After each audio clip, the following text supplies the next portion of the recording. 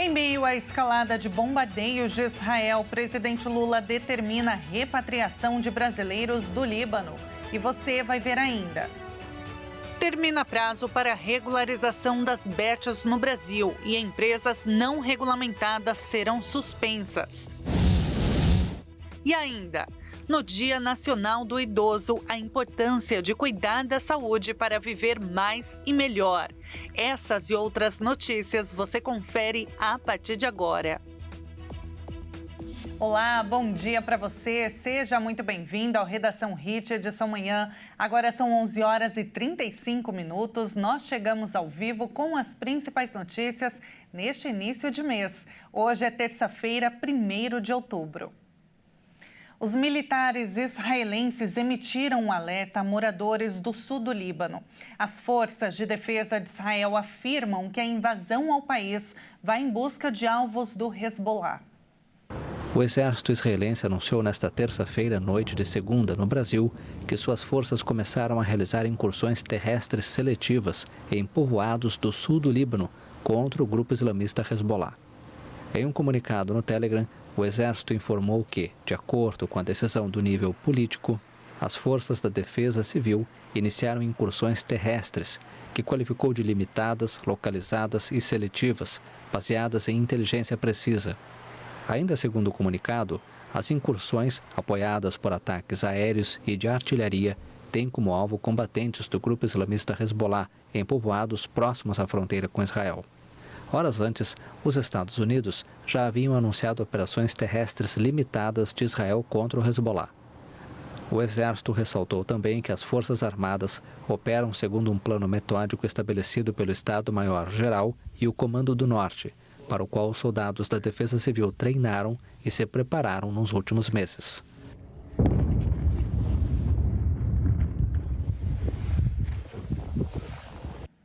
E o Ministério das Relações Exteriores anunciou que um avião da Força Aérea Brasileira vai buscar os brasileiros que estão no país libanês nos próximos dias.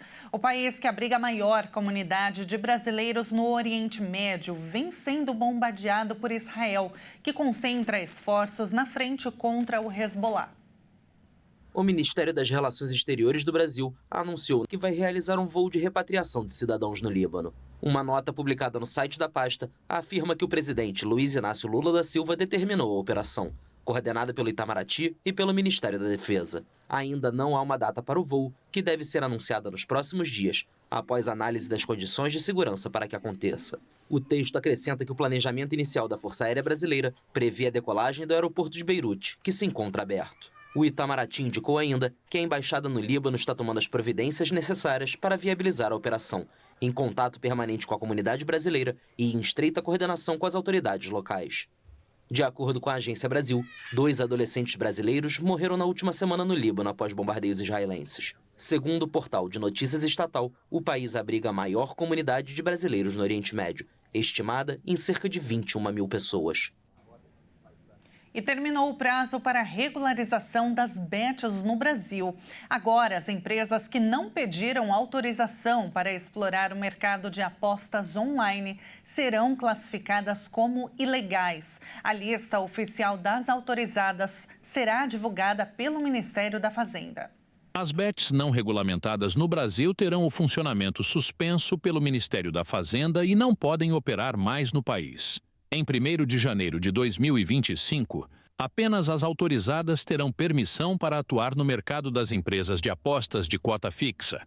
Apenas 185 empresas entraram com pedido de anuência no sistema de gestão de apostas para operar como bets no país no próximo ano. No SIGAP, é possível verificar as empresas que solicitaram autorização para explorar o mercado de cota fixa no Brasil. Isso não significa que todas as bets têm outorga para atuar no país, mas sim que já iniciaram o passo a passo para regularizarem sua situação. Para as empresas que ainda não estavam atuando no país, é necessário aguardar até janeiro para iniciar a explorar o mercado, caso consigam aval da Fazenda. Além de entrar com o pedido de regularização, as empresas em atividade precisavam informar que suas marcas comerciais estão ativas e os sites usados no período de adequação. E a partir de janeiro, que todas as empresas autorizadas contarão com a extensão bet.br. O Ministério da Fazenda espera arrecadar até 3 bilhões e 400 milhões de reais ainda neste ano. Mas o valor recebido será menor, pois nem todas as empresas que apresentaram pedidos receberão aprovação. E olha, é bom preparar o bolso porque a conta de luz vai ficar mais cara este mês por causa da escassez de chuvas e clima seco no país. Pela primeira vez em 3 anos, a bandeira tarifária vermelha, patamar 2, que tem maior custo adicional na conta, entra em vigor a partir de hoje.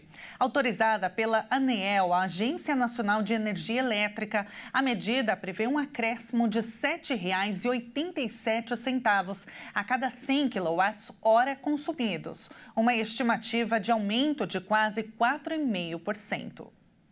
E veja a seguir, no Dia Nacional do Idoso, a importância de ter qualidade de vida para a longevidade. E agora na sua tela, imagens ao vivo de Floripa, 26 graus neste momento. Mas atenção, porque tem alerta laranja para tempestades com previsão de ventos intensos e queda de granizo. Nós voltamos já já.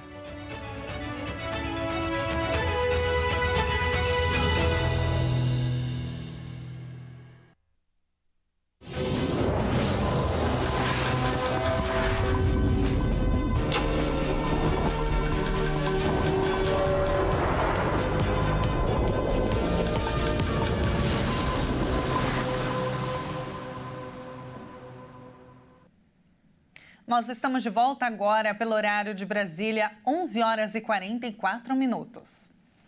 E olha, o furacão Helene se tornou um tema importante na campanha eleitoral nesta segunda-feira, obrigando os democratas a repudiarem as acusações sobre a gestão da catástrofe. Oficialmente já foram confirmadas mais de 130 mortes no sudeste do país, mas a Casa Branca sinalizou que o número pode chegar a 600 vítimas. O número de mortos na passagem do furacão Helene pode chegar a 600 nos Estados Unidos. O alerta foi feito pela chefe do Departamento de Segurança Interna do país, Liz Sherwood Randall. Os dados atuais que temos são de que parece que pode haver até 600 vidas perdidas. Mas não temos nenhuma confirmação disso. Sabemos que há 600 desaparecidos ou não contabilizados. Oficialmente já foram confirmadas cerca de 110 mortes no sudeste do país, varrido por fortes ventos e inundações. Carolina do Norte, Carolina do Sul, Geórgia, Flórida, Tennessee e Virgínia reportaram vítimas. Honestamente, não sabemos a extensão total dos danos. Provavelmente levará mais alguns dias à medida que as comunidades começarem a ser abertas pela remoção de detritos nas estradas e possamos entrar e realmente entender o que aconteceu ali. Os danos causados pela catástrofe viraram tema na campanha eleitoral. O candidato republicano Donald Trump chegou nesta segunda-feira a Valdosta, na Geórgia, local mais castigado pela destruição causada pelas inundações. Sem apresentar provas, o ex-presidente afirmou que estava sendo negada ajuda a seus apoiadores do Partido Republicano. O governo federal não está respondendo, disse a jornalistas, acrescentando que a vice-presidente está em algum lugar, fazendo campanha, buscando dinheiro. A Casa Branca refutou as críticas de Trump de que o presidente Joe Biden e a vice-presidente Kamala Harris não responderam ao desastre com rapidez suficiente. A candidata democrata nas eleições presidenciais de 5 de novembro, que estava em viagem de campanha na Califórnia durante o fim de semana, cancelou compromissos para se informar sobre a resposta federal e também visitará as áreas afetadas após a primeira onda de operações de emergência. E agora falando sobre as eleições aqui do Brasil, a partir de hoje, desta terça, os eleitores não podem mais ser presos ou detidos. A medida vale até o dia 8 de outubro, 48 horas após o encerramento do pleito.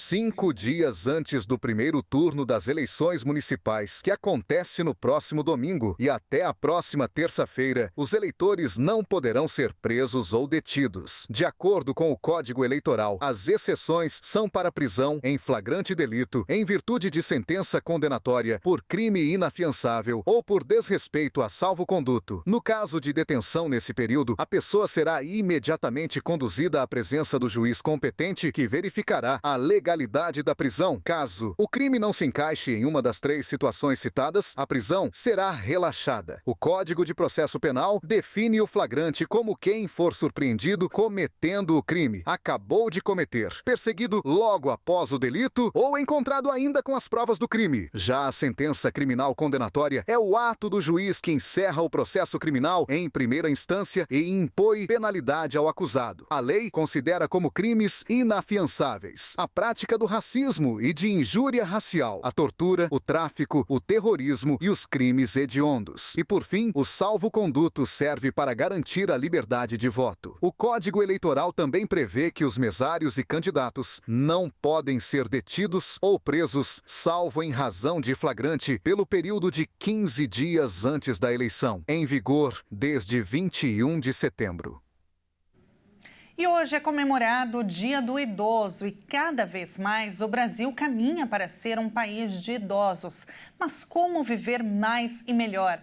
É o que a gente vai descobrir agora na reportagem. No Dia do Idoso, especialistas lembram que a vida de um idoso pode ser tão produtiva quanto a de um adulto. Mas, para envelhecer com qualidade de vida, é importante as pessoas estarem atentas às necessidades. É importante prevenir um envelhecimento saudável com algumas práticas essenciais.